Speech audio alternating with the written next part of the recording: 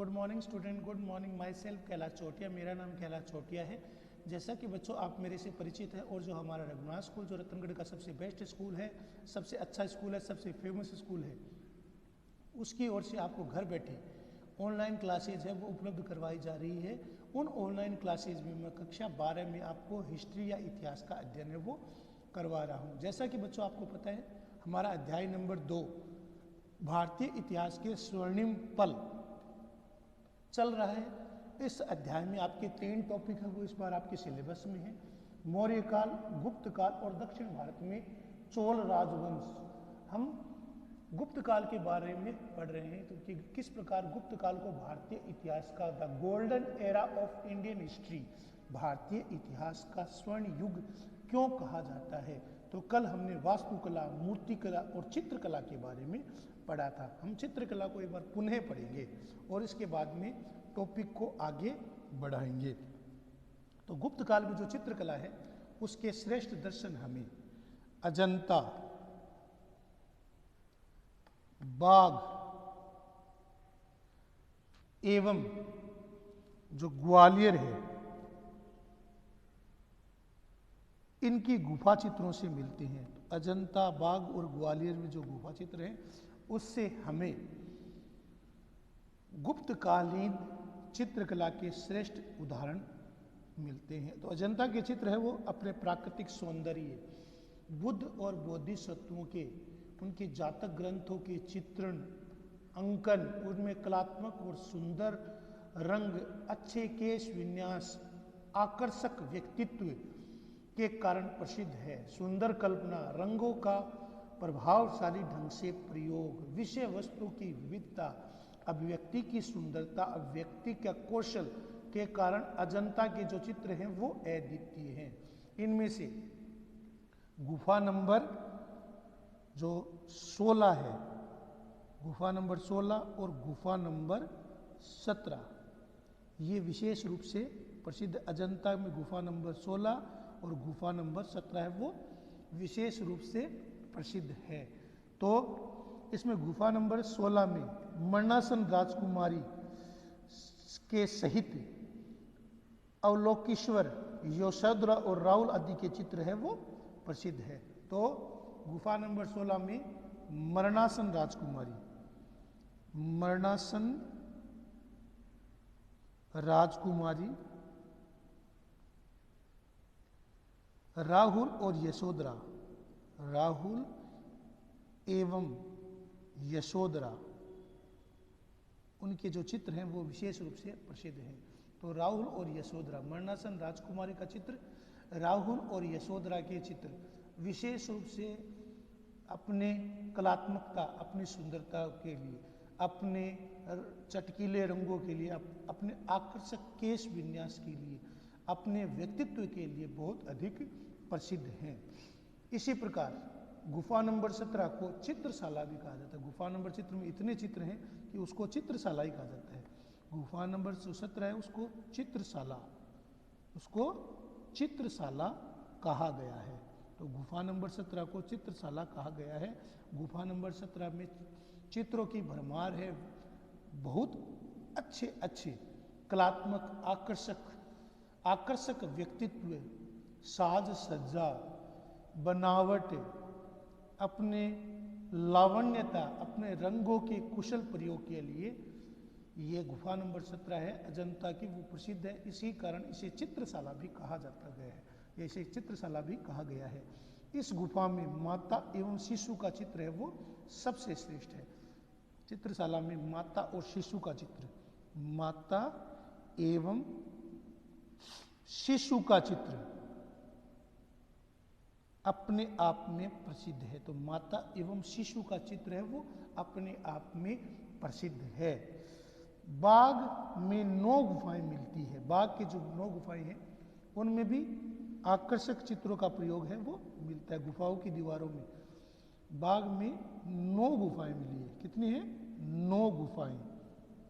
उनसे हमें आकर्षक चित्र, आकर्षक अभिव्यंजित रंगों का उचित प्रयोग, केश विन्यास, कलात्मक सौंदर्य है वो हमें दिखाई देता है। तो बाघ में 9 गुफाएं मिलती है। बाघ के भित्ति चित्र, भित्ति माने दीवारों पर, लौकिक जीवन से संबंधित है, जो तत्कालीन वेशभूषा, केश विन्यास, प्रसाधन आदि की जानकारी देते हैं। यहाँ संगीत और नृत्य आदि के दृश्य का भी एक प्रसिद्ध चित्र मिलता है। तो यहाँ पर संगीत नृत्य के दृश्य का भी एक चित्र है वो मिलता है। तो संगीत के नृत्य का एक चित्र भी हमें मिलता है। इसके अतिरिक्त संगीत, नाटक और अभिनय कला और नृत्य कला का अद्वितीय उन्नति हुई है। इसके अलावा गुप्त काल में संगीत, नाटक, अभिनय कला और नृत्य कला, संगीत, नाटक, अभिनय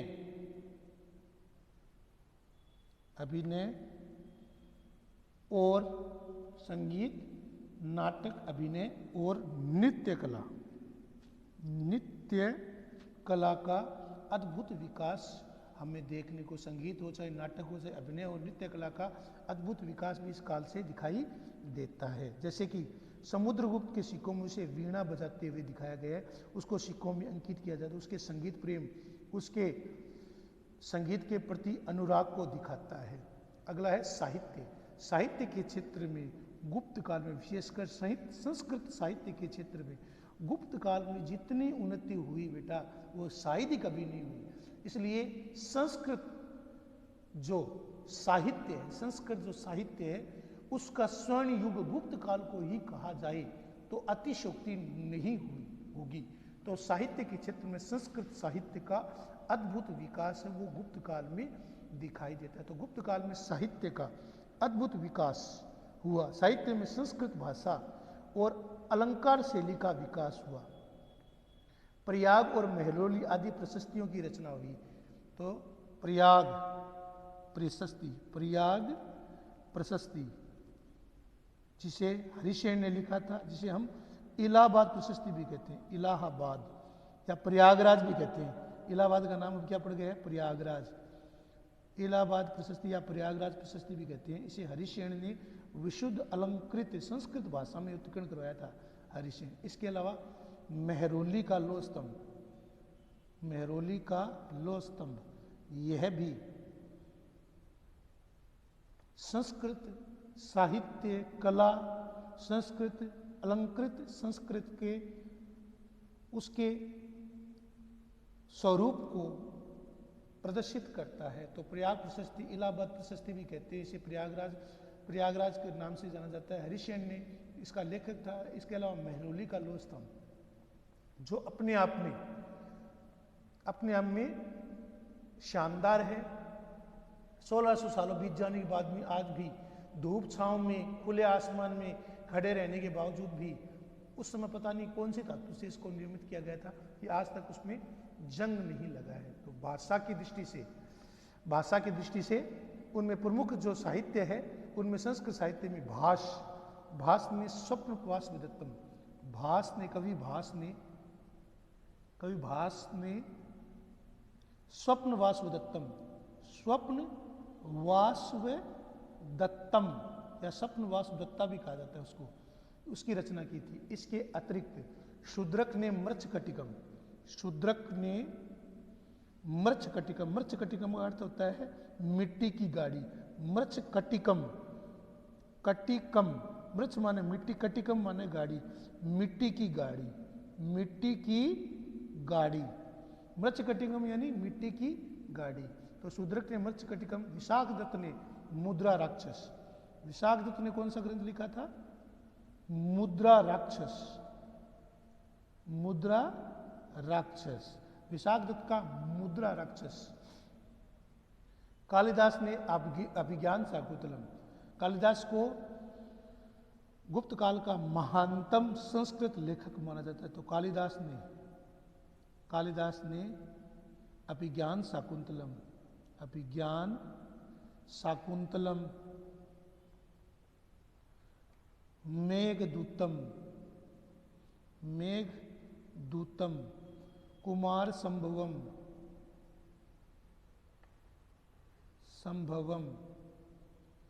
ऋतु संहारम, रघुवंशम, जैसे महान नाटक, साहित्य, इसके अलावा महाकाव्य की रचना का श्रेय है वो दिया जाता है। तो कालिदास अभिज्ञान शाकुंतलम, मेघदूतम, कुमार संभवम, ऋतु संहारम, रघुवंश जैसे महाकाव्यों की, महान नाटकों की रचना है वो कालिदास ने की थी। तो कालिदास ने अभिज्ञान शाकुंतलम जैसे सुखांत और रघुवंश जैसे महाकाव्यों की रचना है वो की थी। पुराणों में इसके अतिरिक्त रामायण और महाभारत का जो आधुनिक रूप है, रामायण और महाभारत का जो आधुनिक रूप है वो भी हमें गुप्त काल में दिखाई देता है। तो रामायण और महाभारत का आधुनिक रूप है, अंतिम रूप है वो इसी काल में दिखाई देता है। अमर सिंह ने व्याकरण के क्षेत्र में अमर सिंह ने अमरकोश लिखा, जो व्याकरण का महान ग्रंथ माना जाता है। तो अमर सिंह का अमरकोश, चंद्र गोविंद ने चंद्र व्याकरण आदि व्याकरण के ग्रंथ लिखे। विष्णु शर्मा का पंचतंत्र की कहानियां, जिसमें पशु पक्षियों की कहानी के माध्यम से लौकिक और नैतिक शिक्षा दी गई है। तो विष्णु शर्मा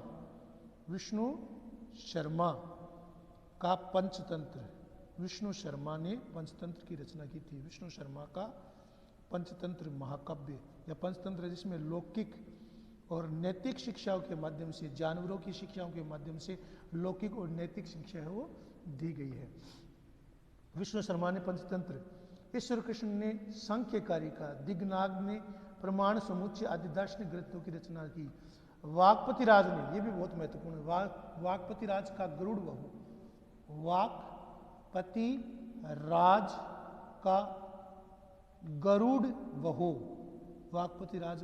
गरुड़ वहो, ये भी प्रमुख है।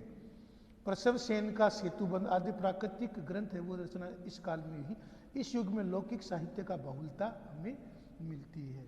तो गुप्त काल में हिंदू विधियों का संकलन हम देखते हैं। तो गुप्त काल में न केवल मनुस्मृति की रचना पहले हो चुकी थी, इसके आधार पर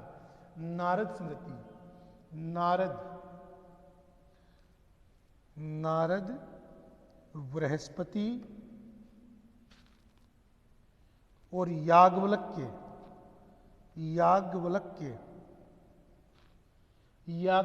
आदि स्मृति का कानूनबद्ध किया गया, आदि स्मृति साहित्य को कानूनबद्ध किया गया या विधिवत किया गया था, कानूनबद्ध किया गया। तो याज्ञवल्क्य स्मृति जैसे ग्रंथों को कानूनबद्ध है वो किया गया। इसमें वर्ण, धर्म, आश्रम, विधि, समाज, प्रायश्चित, राज्य, शास्त्र आदि पक्षों का उल्लेख मिलता है। नारद स्मृति में क्या मिलता है हमें? व्यवहार और न्यायिक विचार। बृहस्पति ने दीवानी और फौजदारी, तो बृहस्पति ने दीवानी और फौजदारी, बृहस्पति संहिता में, बृहस्पति जो संहिता है उसमें दीवानी और फौजदारी, दीवानी एवं फौजदारी मुकदमे, दीवानी और फौजदारी मुकदमों के बारे में जानकारी मिलती है। तो बृहस्पति संहिता में दीवानी और फौजदारी मुकदमों के बारे में जानकारी है वो मिलती है। कात्यायन ने कानून के 4 अंग, धर्म, व्यवहार, चरित्र, राज, शासन बताया है। प्राचीन भारत में यह गुप्तों की साहित्य की महत्वपूर्ण देन है। तो प्राचीन भारत में यह गुप्तों के साहित्य की महत्वपूर्ण देन है। नालंदा विश्वविद्यालय अपने आप में महान शिक्षा का केंद्र था। वर्तमान बिहार के नालंदा क्षेत्र में नालंदा विश्वविद्यालय है वो स्थापित था। गुप्त सम्राट कुमारगुप्त को नालंदा विश्वविद्यालय का संस्थापक भी माना जाता है। तो नालंदा उस समय भारत में शिक्षा का महत्वपूर्ण केंद्र था। गुप्त सम्राट कुमारगुप्त ने इसका निर्माण है वो करवाया था। तो नालंदा विश्वविद्यालय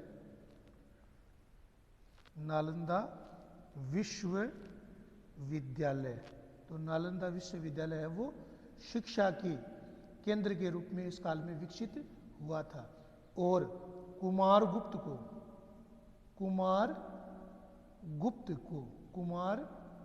को नालंदा विश्वविद्यालय का संस्थापक माना जाता है। कुमारगुप्त चंद्रगुप्त विक्रमादित्य का उत्तराधिकारी था।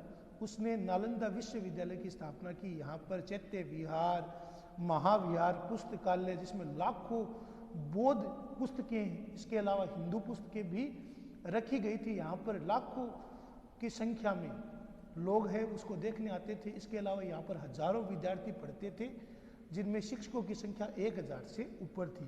तो गुप्त काल में, पूर्व मध्य काल में इसकी ख्याति अपने चरम पर थी। देश विदेश के हजारों छात्र यहाँ पर शिक्षा ग्रहण करने आते थे। इनका नालंदा विश्वविद्यालय में जो प्रवेश होता था, वो प्रवेश परीक्षा के माध्यम से होता था। बाकायदा प्रवेश परीक्षा होती थी और प्रवेश परीक्षा में उत्तीर्ण होने के बाद ही यहाँ पर विद्यार्थियों को प्रवेश मिलता था। 10 में से कोई 1 या 2 विद्यार्थी है वो सफल हो सकता था, क्योंकि यहाँ पर परीक्षा का जो मापदंड था वो कठिन था। हर व्यक्ति उसमें एडमिशन नहीं ले सकता था। शिक्षा थी वो उन्नत थी, कुशल थी और कठोर शिक्षा व्यवस्था है वो दी जाती थी। तो इनका प्रवेश के माध्यम से होता था, प्रवेश परीक्षा के माध्यम से होता था। शिक्षकों और छात्रों की संख्या करीब 10,000 से ज़्यादा थी। मैंने जैसा आपको बताया था कि यहाँ पर विद्यार्थी थे वो हजारों की संख्या में थे। हजारों की संख्या में विद्यार्थी थे वो हजारों की संख्या में थे, हजारों की संख्या में थे। जबकि जो शिक्षक थे वो 1000 से अधिक थे। 1000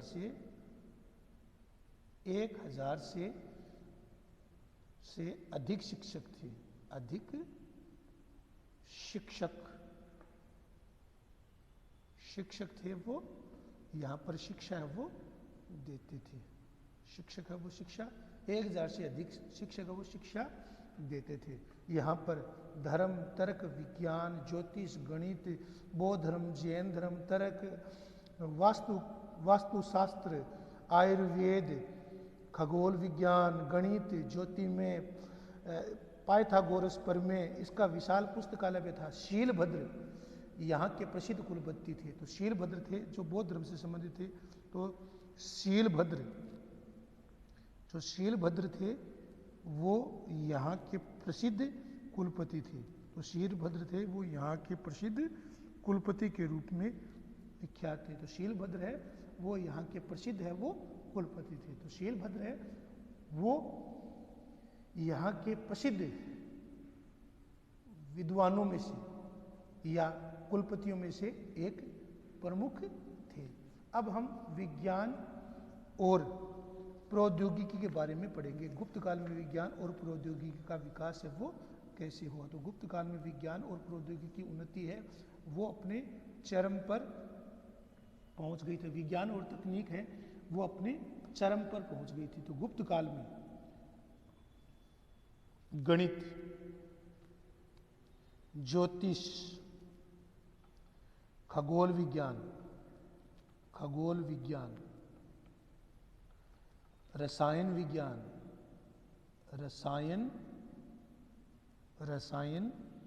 विज्ञान, आयुर्वेद, शल्य चिकित्सा,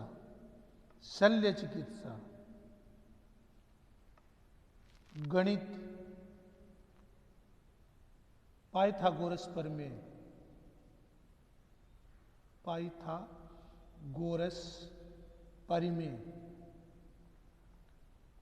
उसका अद्भुत विकास हुआ था। उसका विकास है वो प्रमुख हुआ था। आर्यभट्ट एवं गणित ज्योतिष में उसका विशेष स्थान है। आर्यभट्ट है वो गुप्त काल के प्रमुख गणितज्ञ और ज्योतिषाचार्य थे। आर्यभट्ट गुप्त काल के प्रमुख गणितज्ञ, महान गणितज्ञ में उनकी गिनती होती है। गणितज्ञ एवं ज्योतिषाचार्य, ज्योतिष के क्षेत्र में उनकी विशेष ख्याति थी।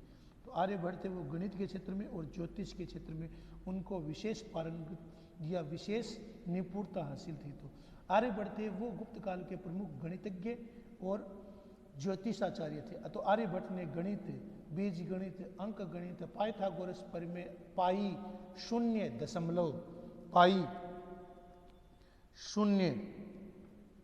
दशमलव आदि का उन्हें ज्ञाता भी माना जाता है। तो उन्होंने दर्श, गीतिक सूत्र, अष्टांगिक शतक सूत्रों की रचना की थी। उन्होंने पृथ्वी गोल है और अपने दूरी पर घूमती है ये सिद्धांत का विमोचन किया था। प्रसिद्ध खगोल शास्त्री भास्कर प्रथम ने भाष्य नामक ग्रंथ में रचना की थी। तो आर्यभट्ट ने आर्यभट्टियम नामक ग्रंथ की रचना की थी। वराह मिहिर ने भारतीय और यूनानी ज्योतिष का संबंध करके रोमन और पोलिस का सिद्धांत है वो प्रतिपादित किया था। वराह मिहिर ने रोमन या रोमक एवं पोलिश का सिद्धांत है वो प्रतिपादित किया था। तो वराहमिहिर ने रोमक और पोलिश का सिद्धांत है वो प्रतिपादित किया था। वराहमिहिर ने पंच सिद्धांतिका, इनके जो प्रमुख ग्रंथ है वृहत संहिता, वृहत जातक आदि ग्रंथों की रचना की थी। तो पंच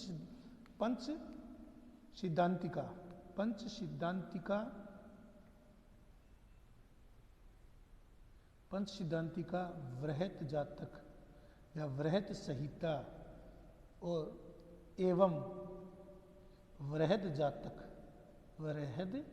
जातक। तो पंच सिद्धांतिका, वृहद संहिता, वृहद जातक। तो वराहमिहिर ने इन ग्रंथों की रचना की। उन्होंने वर्गमूल और घनमूल निकालने की पद्धति और खगोल विज्ञान की विस्तृत विवेचना की थी। तो उन्होंने वर्गमूल और घनमूल कैसे निकाला जाता है, वर्गमूल और घनमूल निकालने की पद्धति का विकास किया था। ब्रह्मगुप्त ने गणित, ज्योतिष, खगोल विज्ञान में ब्रह्मस्फुट सिद्धांत, खंड खाद्य आदि ग्रंथ है वो लिखे थे। इसके अलावा गुरुत्वाकर्षण के सिद्धांत का प्रतिपादन किया था। औषधि विज्ञान के क्षेत्र में गुप्त काल में प्रबल समर्थन मिला था। वाघभट्ट ने आयुर्वेद में प्रसिद्ध ग्रंथ अष्टांग हृदय की रचना की थी। तो वाघभट्ट ने अष्टांग हृदय, जो आयुर्वेद से संबंधित है, अष्टांग हृदय नामक ग्रंथ की रचना की थी। तो वाघभट्ट ने अष्टांग हृदय ग्रंथ की रचना की थी। उन्होंने धन्वंतरी का प्रसिद्ध आयुर्वेद और शल्य चिकित्सक थे। धन्वंतरी थे इस काल के प्रसिद्ध आयुर्वेद और शल्य चिकित्सक थे। धन्वंतरी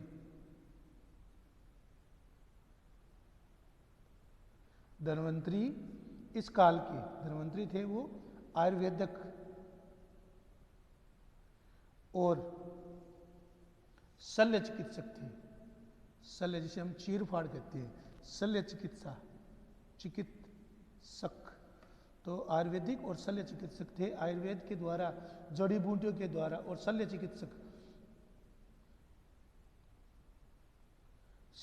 के रूप में उनकी ख्याति प्राप्त थी। तो आयुर्वेदिक और शल्य चिकित्सक के रूप में उन्होंने ख्याति प्राप्त की थी। नवीनतम आयुर्वेद का ग्रंथ था वो इस समय वानस्पतिक औषधियों का प्रयोग है वो शुरू हो गया था। पशु चिकित्सा पर भी अनेक ग्रंथ लिखे गए थे। तो पशु चिकित्सा के क्षेत्र में पालक काश्य में हस्तायुर्वेद नामक ग्रंथ लिखा है, जो हाथियों की चिकित्सा से संबंधित था। पालका पे में हस्तायुर्वेद, जिनमें हाथियों की आयुर्वेद, हाथियों की उनकी स्वास्थ्य, उनके चिकित्सा के बारे में बताया गया था। तो भौतिक और रसायन क्षेत्र में भी आपको पता है, भौतिक और रसायन के क्षेत्र में गुप्त काल में अद्भुत विकास हुआ। तो भौतिक एवं रसायन क्षेत्र में, भौतिक और रसायन के क्षेत्र में, रसायन विज्ञान के क्षेत्र में अद्भुत विकास है वो गुप्त काल में देखने को मिलता है। कणाद ऋषि ने गुप्त काल में वैशेषिक दर्शन और अणु सिद्धांत, ये वेरी वेरी मोस्ट है। तो कणाद ऋषि ने वैशेषिक दर्शन, कणाद ऋषि ने वैशेषिक दर्शन और अणु सिद्धांत, वैशेषिक दर्शन और अणु सिद्धांत का प्रतिपादन किया। तो कणाद ऋषि को महानतम विद्वान माना जाता है, जिन्होंने वैशेषिक दर्शन और अणु सिद्धांत का है वो प्रतिपादन किया। तो बाकी बच्चे बेटा वो मैं आपको कल पढ़ाऊंगा। तो आपको ये लिखना है, और जो मैंने लिखा है इसको तो जरूर लिखना है आपको। जो मैंने लिखा है उसको आपको जरूर लिखना है, इसको आपको लिखना है, इसको याद करना है। जो मैंने पहले पढ़ने में भी लिखाया था, इन सबको आपको लिखना है, इनको याद करना। ये आपके महत्वपूर्ण टॉपिक है, इनको लिखकर याद करना, ये आपका होमवर्क है। धन्यवाद।